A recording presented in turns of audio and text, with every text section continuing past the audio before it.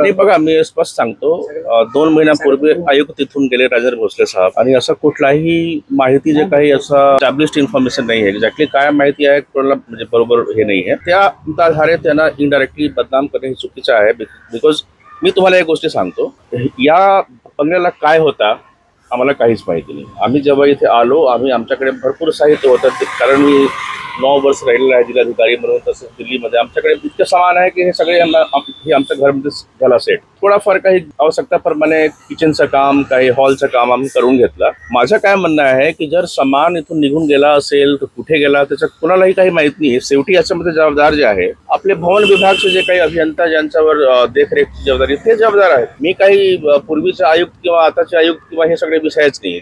ज्या माणसावर या भवनाची जबाबदारी आहे, त्याच्या मेंटेनन्सची, त्यांना सांगायला पाहिजे ना किती सामान आणले होते, त्याचे रेकॉर्ड कुठे आहे, ते कुठे गेला, हाच विषय आहे. आणि त्याच्या चौकशी मी करतो आता. बरोबर, नाही ठीक आहे ना, मी त्याच्या एक चौकशी करून नक्कीच माहिती देतो.